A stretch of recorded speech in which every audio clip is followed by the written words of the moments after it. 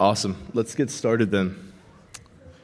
So today's presentation is called Context Matters, and it's discussing tailoring operational tradecraft to your target environment. And so a big thing about, I'm a red teamer, and you'll see the next slide. Now, my name is Fletcher Davis. I'm a senior red teamer at CrowdStrike, where I specialize primarily in adversary simulation operations, offensive security research. Previously, before that, I was a pen tester at Mandiant, where I did a plethora of things from hardware hacking to mobile application hacking, web application hacking, internal, external pen test, adversary simulation, the whole 9 yards. But throughout my career, I've started to see kind of a change over the industry, and I want to present kind of an idea or a collection of ideas to the industry nowadays to kind of shift how we think about operations. So before we get started, the research here is mine and mine alone. Please don't call my my employer and ask why we're bypassing EDRs and all that kind of stuff. But this talk is actually not a very technical talk. This talk is primarily going to be discussing things like foundational principles around cyber operations from an offensive and a defensive perspective. Also defining how red teamers in general prepare and conduct offensive cyber operations. I think a lot of people nowadays focus on the technical aspect, on the the capabilities and the development of capabilities, but don't ever discuss how the process actually happens. The next two things are be defining a framework for understanding normality. Nowadays, from a defensive perspective, everyone's so interested in identifying anomalies. From an offensive perspective, want to discuss an opportunity to detect and understand normality in client environments. And then lastly, at the end, we'll wrap up with some operational techniques to leverage once you're inside a target environment. So this talk is not about any fancy red team bypasses or OD exploits. It's not about EDR, XDR bypasses. It's why operators make certain decisions. So we'll start with the foundation real quick, though. Foundation, so before we can kind of get into the thing, there's a lot of core principles that have to kind of be discussed. An excellent book where these principles come from is called Network Attacks and Exploitation. It's written by Matthew Monte, ex-NSA operator. The beautiful thing about this book is it's not a technical book, it's a very high-level book. And it defines the reasonings behind the strategies, technologies, and components of executing and defending against a cyber operation.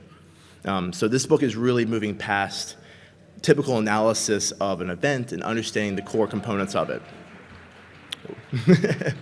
Lastly, I want to give a shout out to my coworkers, Jackson T. and JD Morris, for introducing me to this book and its components, and they've shifted how I do operations from standard pen testing. The foundational principles for this presentation are going to be humanity, discussing the human aspect of an operation, access, discussing how employees and targets have access in their environment, economy, the constraints of economy within an operation, knowledge, how knowledge influences operator capabilities, experiences, etc. Awareness, which is the awareness of a client environment, having knowledge about an environment, the components of an environment, etc. Innovation discusses leveraging creativity to adapt and to create new capabilities. Precaution is preventing unwitting actions upon an operation.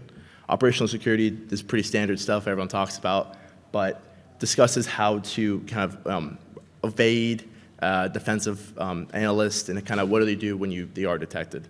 And lastly, program security is how to discuss how an operation, how the compromise of one operation affects another. And so we'll kind of go through these pretty quickly. First, with the humanity aspect, computer operations are grounded in humanity, in human nature. I mean, we're operators and we're humans at the end of the day. And so humans influence with the constraints and the flaws of an operator are present in the cyber operation, but also on the defensive side as well. A network or a corporation is full of employees with different personalities and different cognitive biases. And so from an offensive perspective, I think about how can we abuse those biases and those human nature flaws to operate in the environment. And so as I say here, target networks are designed, built, used, and monitored by humans. And so they're constrained by human flaws. So for us, primarily, is to understand our human targets, understand how they develop software and technology, and leverage those, the ability to think like a developer to understand and abuse their assumptions. I tell clients nowadays that my only role in their environment as a red teamer is just to challenge their assumptions. They assume that MFA works in this place. They assume that this system is prevented or MFA will prevent this. It's our job to challenge those assumptions to confirm them. Next is the principle of access. And so this is essentially saying that there is someone in an environment with legitimate access and the means to use it. And so if I want to get access to something like a SQL server, there are people that have access to that SQL server. And so my idea is, how do I actually tailor my operation to compromise those identities or assume those identities? But this also applies to data as well. Data is generated and stored for the purpose of being leveraged or accessed by someone in the future. And so you'll see in the next few slides in the future of how I can use that kind of that mental model to kind of approach an operation. But the goal of an adversary at the end of the day is to assume a role. Now, you don't get DA just to get DA. You get DA to assume an identity within the environment or achieve some sort of secondary vector. So this can be difficult, definitely easier said than done, but it's not impossible. Next is the economy. And this is probably, everyone's kind of aware of this. Ambitions exceed available resources. Now, from a defensive side or from an offensive side, there's always things that want to be done, but there's constraints from an economy perspective, whether that's financial, whether that's time. There's always some sort of constraint. And so as an operator or an analyst, there are priorities, costs, and benefits, and there are associated outcomes to each of those operational actions. And so understanding these constraints within your environment allows you to, are important for succeeding in those environments. If I know in my environment that as an operator I'm constrained by time, operational capabilities, and expertise a lot of times, I have to shift my operation and my techniques to allow for those constraints and to kind of work with those constraints. Next is going to be discussion around knowledge. Knowledge is pretty standard. I think everyone's aware of, a team is, an operator or a red team is full of different people. Now, I'm not the best developer by any means, but I have a team full of developers. And so having a plethora of people with different skill sets allows you to kind of bounce off different knowledges. And so knowledge also essentially is a broad and deep understanding of the technical aspects, but also the behavioral and psychological characteristics that are within people's in an organization. So in organizations, like I said earlier, it's not just a bunch of software and SaaS products kind of slapped together, managed by an Active Directory network. It's people using those softwares. They have day-to-day jobs. They've got people who manage those softwares. And so leveraging that understanding of technology and the behavioral and psychological aspect allows us to reduce the operational friction. I go into a network now knowing, I can kind of abuse these things to shift things in my favor. But knowledge has limitations. A lot of times it's not complete or it's inaccurate in a lot of cases. I've been in operations where one operation that previously the cognitive bias I've had from the experience bias has misengaged or misaligned me in a future operation. So, a lot of times your information is not always as it seems. But the best decisions, I believe, are those that combine a balance of the technical, psychological, and the social aspects of operations. You have to not just be good at technical or just be good at social. You have to have a blend of all three. Awareness, and so this is more tailored towards your operational environment, so your client, your target. And so this is being able to map the operational domain and continuously monitor real-time events. And so what I say by this is, unlike knowledge, awareness is target specific. It's obtained from the target environment itself. And so the goal of this is to essentially shift the defender's advantage of domain control and knowledge. I mean, when you operate, you're essentially stepping into someone else's house and making a mess. And so how do I, as an operator, shift that control that they have as a defensive analyst to the offensive side? And so typically having knowledge and awareness allows you to kind of orient yourself appropriately and make the most informed decisions. And so an example of this, and everyone's nowadays is pretty aware, but Bloodhound from a defensive side or from an offensive perspective is used to map an organization's Active Directory environment. And so that's a good way to visualize via some sort of graph perspective an environment. Awareness also buys time. Having awareness inside an environment allows you to innovate, to set up appropriate redundancy, having persistence on systems or spread out amongst multiple servers of different OSs. It allows you to collect data and make more informed decisions in the future. It also allows you to clean up and remove yourself from the environment when necessary. Here's an example if anyone's not aware of Bloodhound. I think anyone who pen tests or even on the defensive side have seen this before. Essentially graphs relationships between Active Directory objects and maps out the most effective path to a particular objective. But awareness doesn't always just apply to Active Directory. I think as red teamers and pen testers, you're like, all you talk about is AD. But we should apply that the environment is more holistic than that. There's users and systems, and there's SaaS products, there's container environments, there's DevOps, and I don't believe a lot of red teamers consider those things during an operation. The next thing is innovation. So now you've got this awareness, this knowledge, the ability now to create and to leverage technology, whether it's existing or new, or to develop and adapt current operational methods to new circumstances is part of this innovation principle. And this is truly rooted in creativity. This requires operators to be creative in how they approach, to take that awareness and that knowledge to make the most informed decisions. A lot of times we're in operations where we see something, we want to do it, but we don't have the capability to do so, and innovation is really rooted in this. And so innovation really becomes most effective when you've got that back-end knowledge and awareness within a target environment. This also provides operators with better capabilities in the future, but somebody considers if you use it in one operation, you could potentially burn it for future operations. This talk is primarily around red team operations than it is about pen testing. Those are things to consider. Every time you use something, you potentially burn it in the future. Precaution is the third to last. This is the minimization of the impact of unwitting actions in an operation. When I operate in a network, like I said before, I'm in someone else's house. So people have day-to-day jobs, people have things that they're doing. And so these things can inherently influence or impact an operator's activities within the environment. So what that looks like is potentially an employee works late, notices that their system is slowing down a little bit. They might report that to IT. System updates, which are continuous, patch Tuesdays and all those kind of things, those are things that can influence how you operate. And then lastly, a power outage. Employees have power outages, people's networks go out. Those can influence potentially activity on a network or on an endpoint. Precaution tries to mitigate two of these things, these disruptions through two different ways. There's redundancy and there's diversity. Redundancy is establishing fail-safes, persistence on a system, backup plans, contingency plans, all that kind of stuff. Diversity is discussing how to leverage a wide range of tools and techniques across multiple systems. And so, for example, if I were to burn one piece of infrastructure, I can potentially have another one that's completely different that would not be touched. And so to sustain, solid access within an environment requires a bit of a mixture of both. You would want multiple diverse, redundant points of access. So that can kind of look like this. This is my really bad sketch, but you've got a network, a target environment. You've got multiple pieces of multiple infrastructures that have, maybe one's an Azure CDN and one's a CloudFront CDN. And you could compromise multiple assets. You could compromise a Linux router, establish a foothold in that system, maybe a Windows server. And on the second piece of infrastructure, you could look at maybe a Mac OS or a SQL server. And so having a very diverse range of footholds gives you that persistence and that redundancy in case you were ever caught. Next is the minimization of operational security. And so this is pretty aware. Everyone's kind of used to this. It's the whole evasion and mitigating exposure to a defender. And so the goal of OPSEC is to really to mitigate exposure recognition and then the reaction from a defensive opponent.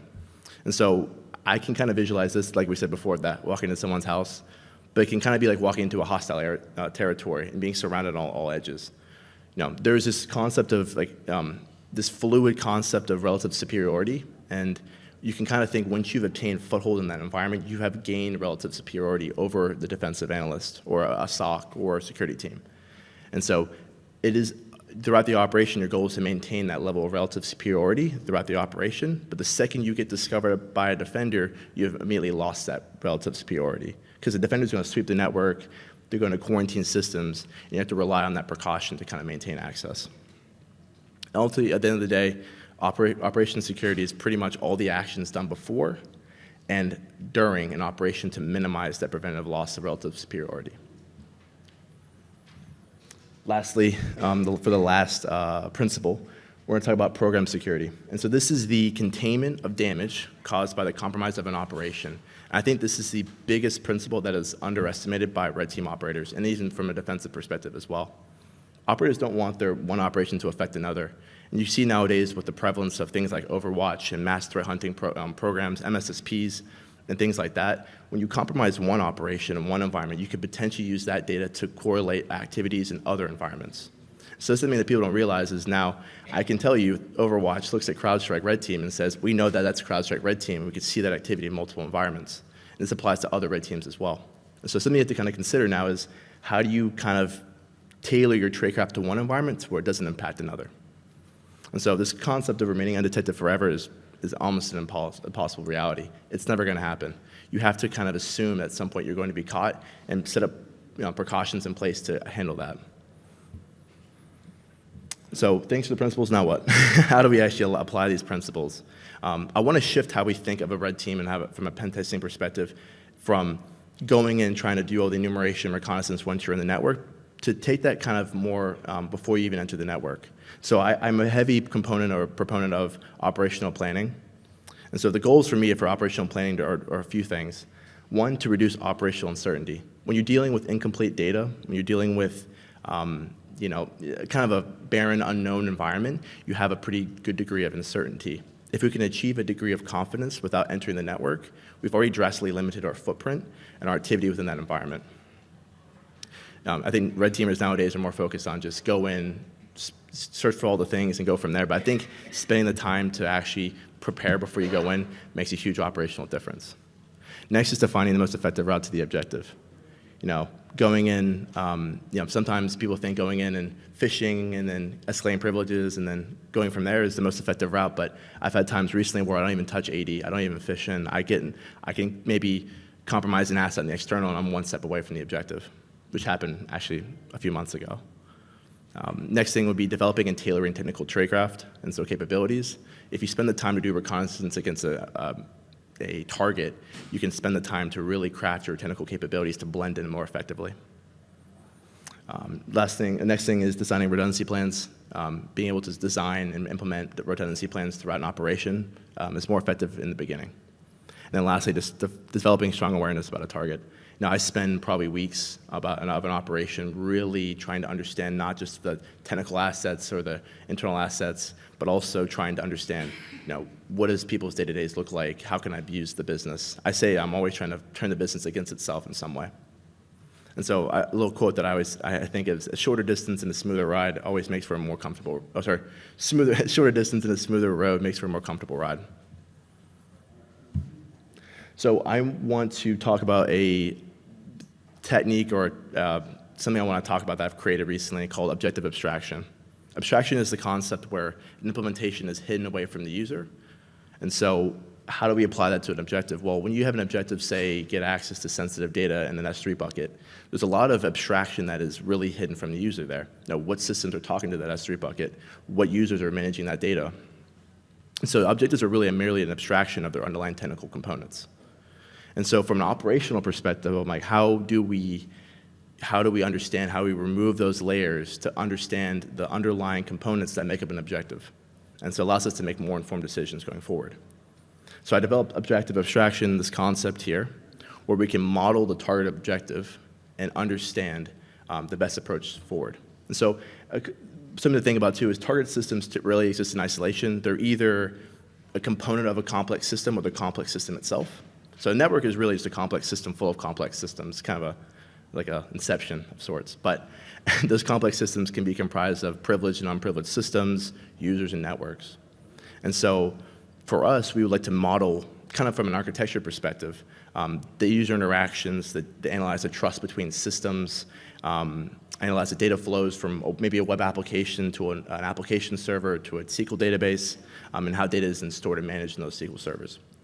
Modeling these objectives allows us to identify weaknesses in those systems and gaps in the developer and defender assumptions. Like I said before, I'm here just to test your assumptions.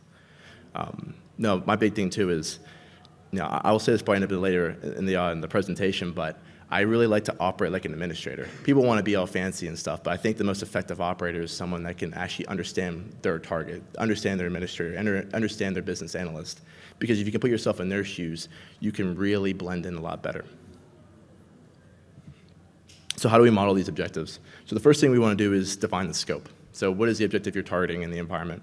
Next, we want to perform reconnaissance to gather information about that target. And this is more of a holistic thing. This is not in regards to the objective just yet. This is more understanding our target and modeling that in some way. Next is processing that data about the organization you're targeting. And then next is mapping that. And so identifying the technical and psychological components that apply to your objective. And then lastly, we want to visualize that data in some way. How can we generate some sort of architecture model from an offensive perspective? So what does that look like? And I coin these as target packages, which is, if you're in the military, it might be a little bit different. But so I have generate some sort of target package against my client. I have a target organization. I like to define a few different areas. These can definitely change over time. It can be tailored to your target. But I want to know the host space and indicators or applications, the network-based, the cloud-based, DevOps-based infrastructure, and business applications. And my goal is once I've understood these, is now I can make, I can map my tradecraft a bit better. So what does that kind of look like? We'll just say Acme is our organization here. And so for a host-based perspective, I might be doing recon. People love to leak things in LinkedIn and job postings and all that kind of stuff, and you can really gauge a lot of information about an organization in a really passive way. And so here you can see we've got things like maybe this target's using Palos, and this is using McAfee and Outlook and Teams. So if I have these things, I can identify maybe what my payload might be. If I'm up against Cortex, I might prepare against an EDR like that. Or if I'm up against Adobe Acrobat, I might send a phishing payload that has a PDF and then use that to maybe force some sort of execution of code. Teams or Outlook could be used for phishing as well. And so having this information allows us to really kind of gather our level or different opportunities to get in. Network-based is kind of the same thing where we can use this information we've gathered passively to identify what types of network assets we can prepare against ASAs and Palo Alto firewalls and maybe looking at possibly compromising an F5 load balancer in the external. Next would be cloud DevOps. It's the same thing. It's understanding the different components within the cloud DevOps side, the infrastructure side, and the business side. I can give an example too. Recently, where we're up against an insurance firm, and I remember telling my coworker, I was like, we're not going to fish. I was like, we're going to understand this target really well, and we're going to apply some of these principles. And what we were able to do is, based on LinkedIn, we identified this company was using things like all their developers were mentioning Java. So Java, in my head, think, okay, Spring Framework is a big web development with Java. We ended up finding and tailoring our enumeration to identifying several actuator endpoints. An actuator is something like it's like an administrative functionality given to a Spring Framework.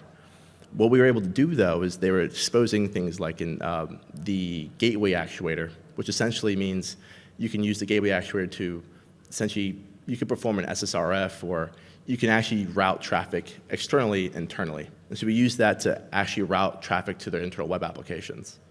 From there, we browse through things like GitLab and other SCMs.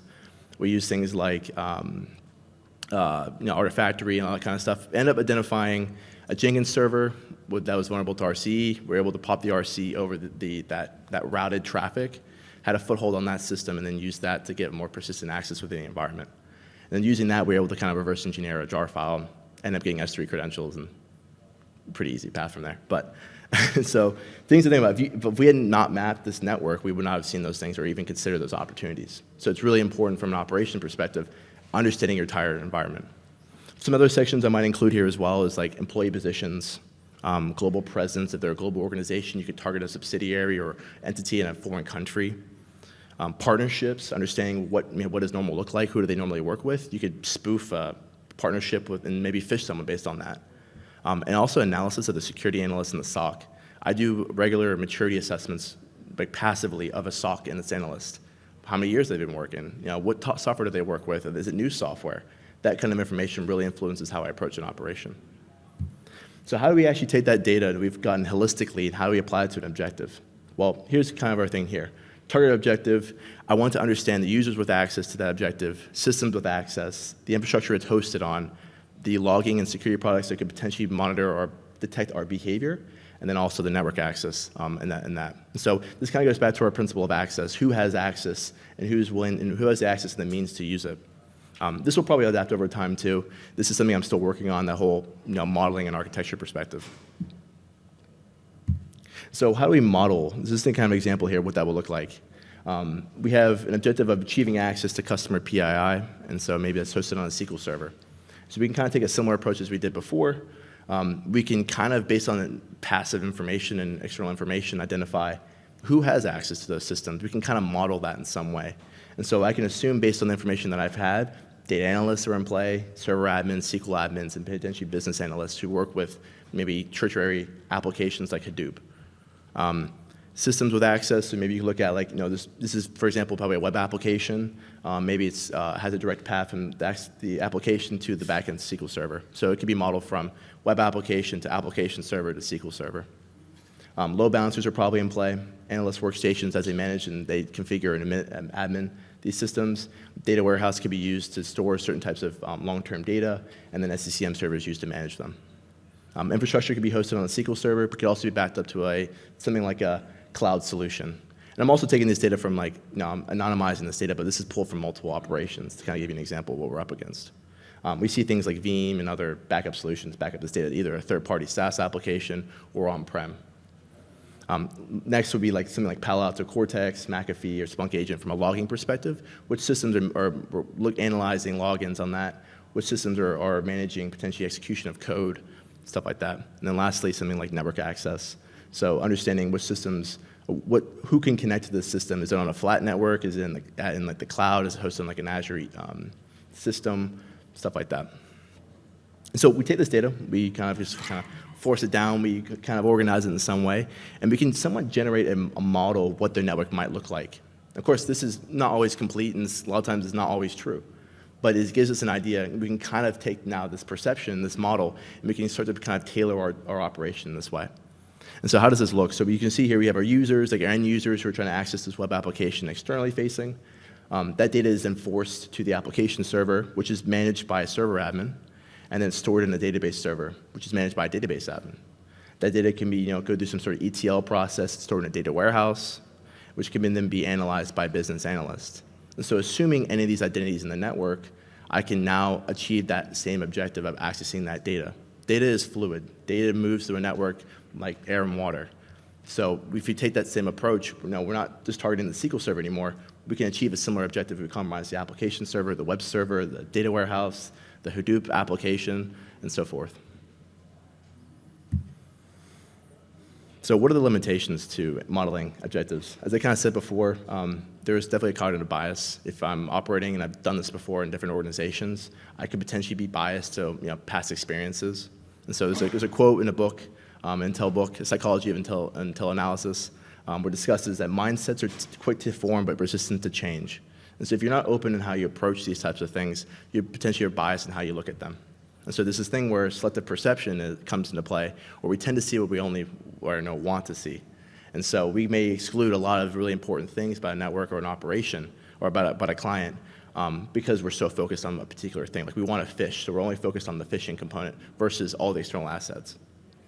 There's this component, again, of uncertainty. When we're dealing with incomplete data, we have to kind of deal with this. And so uncertainty is hard to manage. Humans are really bad at handling uncertainty and complexity. And so we naturally develop shortcuts. And so this is kind of back into the biased situation where we like to take the path of least resistance. Our brain kind of will funnel things in a way where we miss a lot of other data. And so this is more from a cognitive perspective that we deal with a lot of those limitations.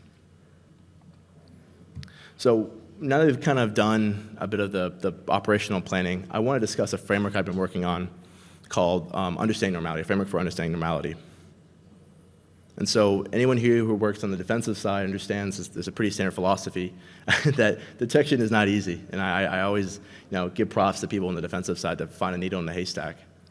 Analysts must deal with a lot of data coming in that involves uncertainty. How do you know that this particular behavior that you've seen before is malicious or not?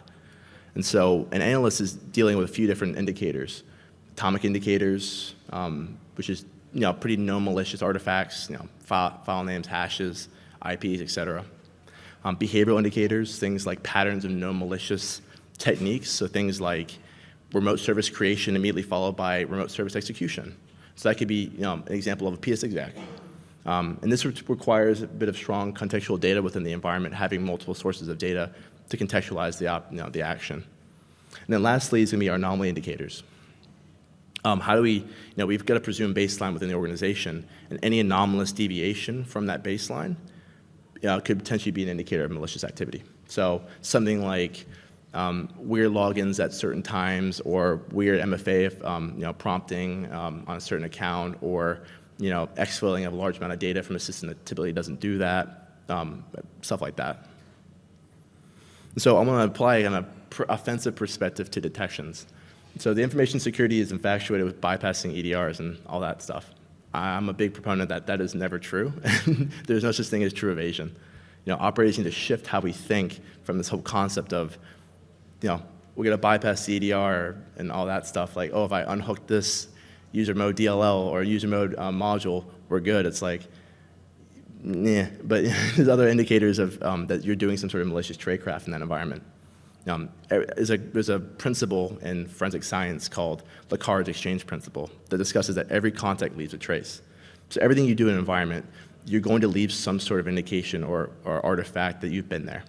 And the same applies to security and to in a network. Anything you do in an environment, there is going to be some sort of log, and the adversary can't fix all the logs and hide stuff. But I'm also a big believer that in absence of telemetry is equally as much of an indicator of malicious compromise or activity as normal types of malicious telemetry. Because if I see a massive gap of no telemetry, well, there's something probably going on right now. So stuff like that. But my goal as an operator is to really make my tradecraft as indistinguishable as possible to increase our chances of potentially generating a false positive. And so for me, it's like, I don't care if I get caught if the analyst doesn't actually react the way they want to react. And so if I want them to react to maybe false positive things, is it really caught? And people like to say PSExec is not an OPSEC safe technique, or there's things like that. Oh, this is being caught. But I think of things as well as in the context of that environment. If the admins are using PSExec normally, then is that really, am I being OPSEC safe then? Because my tradecraft blends in with that environment. And so I want, this is, everyone's seen Ocean's 12. This is what red teamers want to do. They want to do all the crazy stuff. They want to write custom bypasses and all that kind of crap. But what I think they should do is more with what Ocean's team had done. And I don't want to spoil Ocean's 12 for anybody, but it's been out for a while. But but they understood and they leveraged the knowledge they had that the egg was moving in a different way that was being perceived before. And they were able to leverage that understanding of that target, in this case the egg, to steal it before it even made it to the museum. And so this is a way to kind of abuse a weakness that was built into the process. And so we're going to do a little bit of math now. I apologize, but I wanted to invert this detection philosophy. I'm a big believer that offense and defense are two sides of the same coin. And so I want to talk about, in math, there's this concept of inverse functions, where the goal of an inverse function is to undo the actions of another function. So if you have f of x equals y, f of the inverse function of f with y equals x. It produces x. And so if you think about it, if we're looking at it from a blue team perspective, there's anomaly indicators.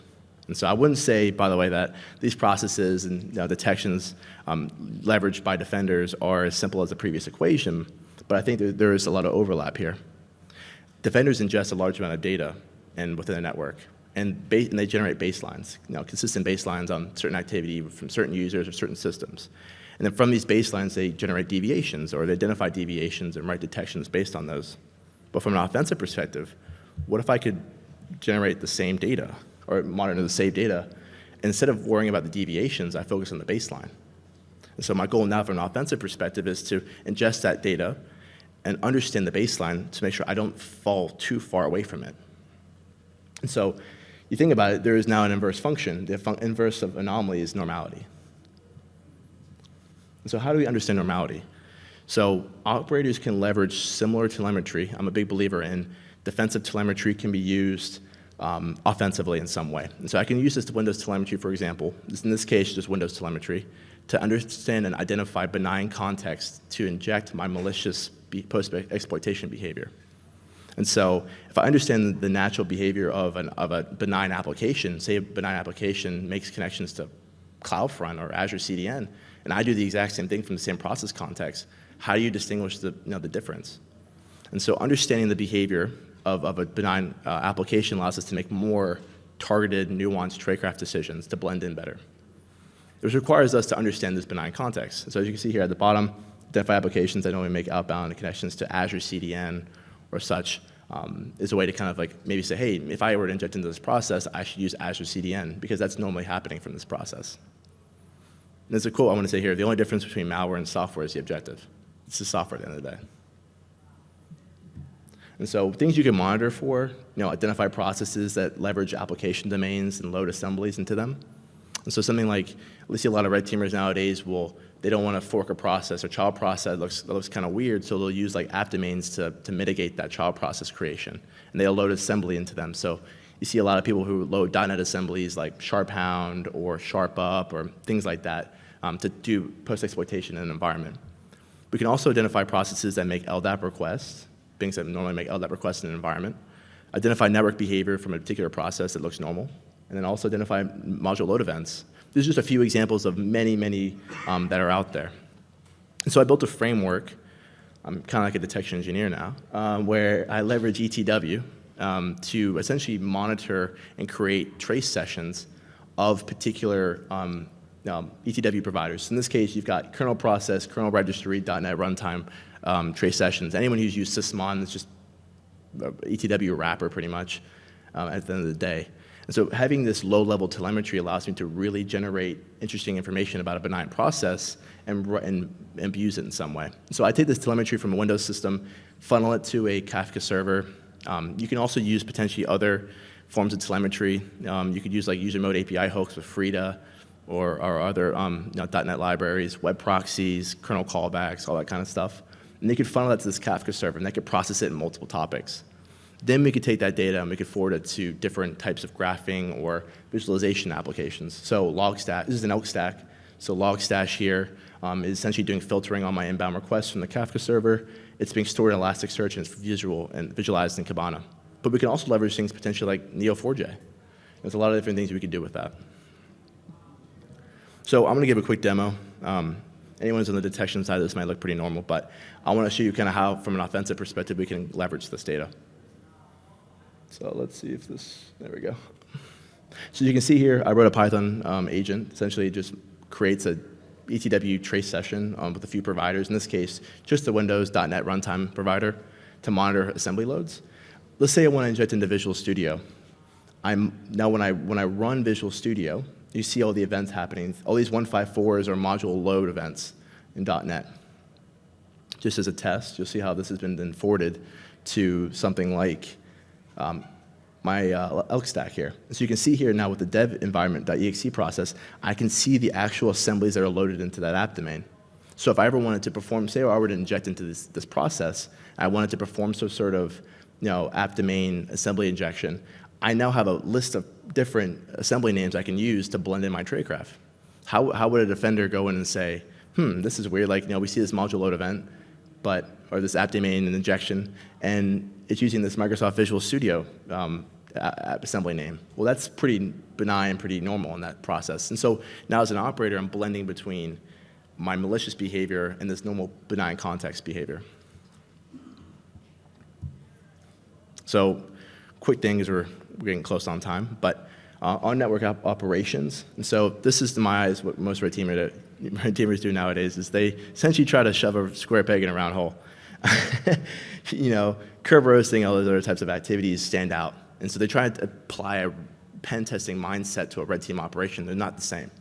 Nothing wrong with pen testing. I still do it. I love running some Bloodhound. I love running some curve roasting. But when I'm doing a red team operation, my techniques change completely. I'm not going to try to shove these different techniques into this network because they stand out pretty badly. And so this whole idea of hacking all the things doesn't really apply to a red team operation. So I operate like a newly onboarded employee. I pretty much, I go in, I'm like, if I was a newly onboarded employee, where would I look for information?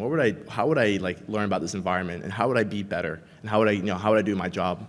And so the goal of the operation for me is to ultimately assume some sort of identity, whether it's an admin or a business analyst or something like that. And so I also ask myself a lot of questions. Where is the onboarding information stored? It's probably in a wiki, it's probably on SharePoint, something like that. How would a user find that system? How would they know where to do their job? And then is access federated through some sort of IDP, Azure AD, ADFS? How are they federating that authentication? And so those are things that I'm considering as well. Like if they're using SSO, I could just steal a Kerberos ticket. If I have access to the computer, I just steal a Kerberos ticket. I could just pass it to the same service that's using the SSO, and I could just blend in that way. So quick thing, host-based recon. I love DNS caches. They tell me where everything's at. Browser data, bookmarks, history. These are really lightweight things that don't generate a lot of just pulling files off a disk pretty much.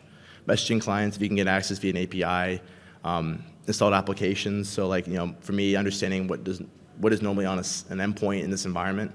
If I ever was kicked out of the environment, I now have a way to potentially get back in. File system enumeration, where's the tokens, where's the credentials, documentation, and also understanding maps and network drives. I don't have to go do share enumeration if there's a pretty decent network drive in my system that I can just kind of access directly. And this is just a small percentage of the things that I would do on an endpoint. My activity is really lean, really clean. I don't like to do too many crazy stuff on a system like that to blend in.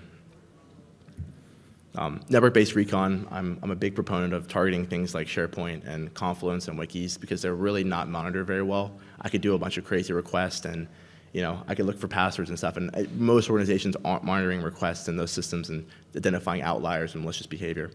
O365 is a good one too, SharePoint, OneDrive. I love DevOps environments because you've got a bunch of different crazy developers in a network that just don't know how to manage their own systems. And so you've got things like you might have multiple SCMs like GitHub, GitLab, or Bitbucket that are managed by different teams, and they're not being monitored by some sort of SIEM or security operations center. Automation servers like Jenkins, we were able to pop one. They're not really updated very often because they're doing builds on them. So we found one that was 7 years old and could pop it pretty easily. And then artifact repositories, as I mentioned earlier, Artifactory. Those are places where people typically have full access. You can go in there and pull the artifacts, reverse them. A lot of times they can contain credentials to cloud resources or on-prem resources. Other things nowadays, we see a big push towards SaaS products and being hosted third-party. So being able to understand kind of how to target those is a bit important. So for me nowadays, it's targeting things like your IDPs, your Azure AD authentication, and so forth. And so being able to understand how to get a foothold or access to those SaaS products is important. Lastly, on this one is actions and objectives. And so be mindful of lateral movement. I don't do it unless I need to, and I don't just pivot to a system unless I have to. And you don't need to get DA or domain admin to achieve your objectives. I think a lot of people push that nowadays, like just get DA, and it's like, why? So if I don't have to, I'm not going to. I see it from a ransomware perspective. I understand why someone would. Typically, it's one of two things. It's to either do some sort of mass encryption event, or it's to assume some sort of identity. Typically, DAs have local admin on most systems in the environment. And so for me, it's, I kind of take that principle of least privilege, and I kind of reverse it and say principle of least access. Who do I need the least amount of access? Who has the least amount of access that I need to achieve an objective? So if I need a business analyst to achieve my objective, I'm going to target my business analyst. It's much easier than trying to hit an admin nowadays. Application layer versus host. I like to sit on if I can target application layer products, I don't have to worry about EDR. EDR is not seeing that kind of stuff from an application layer perspective. And then lastly, as I said before, objectives are just a component or a complex system. So understanding that your objective could be in multiple places at one time.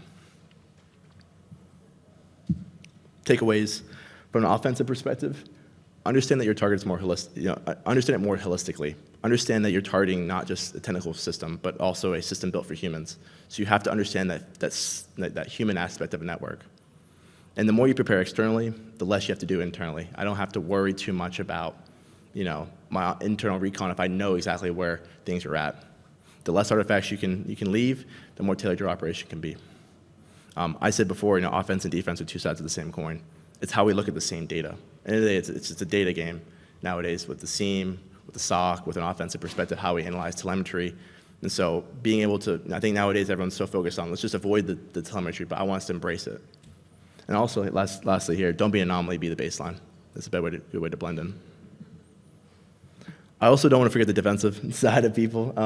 Your opposition is also human, and so they're also flawed by, cognitive and behavioral limitations. I was talking to an Intel analyst yesterday at CrowdStrike, and he was talking about like internal battles between Russian APTs and how these competitions between these different IC groups in Russia is actually influenced how they operate. They're more aggressive now.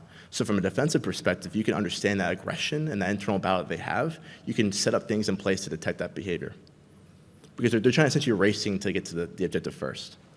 When you identify malicious behavior, ask why. Why did an adversary make this decision? Because I think people just go, oh no, I see remote service creation, like, oh, we should do some stuff, but like, why would someone do that? Is it because they can't do WMI? Is it because they can't do 1RM? So there's a lot of things you have to kind of consider in that case. Extend beyond your tooling. Understand that your environment is more holistically, as well as from the offensive perspective. There are people in your environment. Understand why they might do certain things, why they might circumvent certain protections in place in their own environment. Challenge your own assumptions. If you assume that MFA works, challenge it. Work with the internal red team, work with your team to detect these things and to challenge these assumptions. Also, innovate and be out innovated. Take your tooling, take your capabilities, and work on them. Spend time. Have time to build new detections, or work on maybe ingesting different types of telemetry. Having these things will allow you to kind of innovate at the same pace as an adversary. And just references here, highly recommend Network Attacks and Exploitation. It's my favorite book, and it's good for offensive and defensive. It has both components in the book.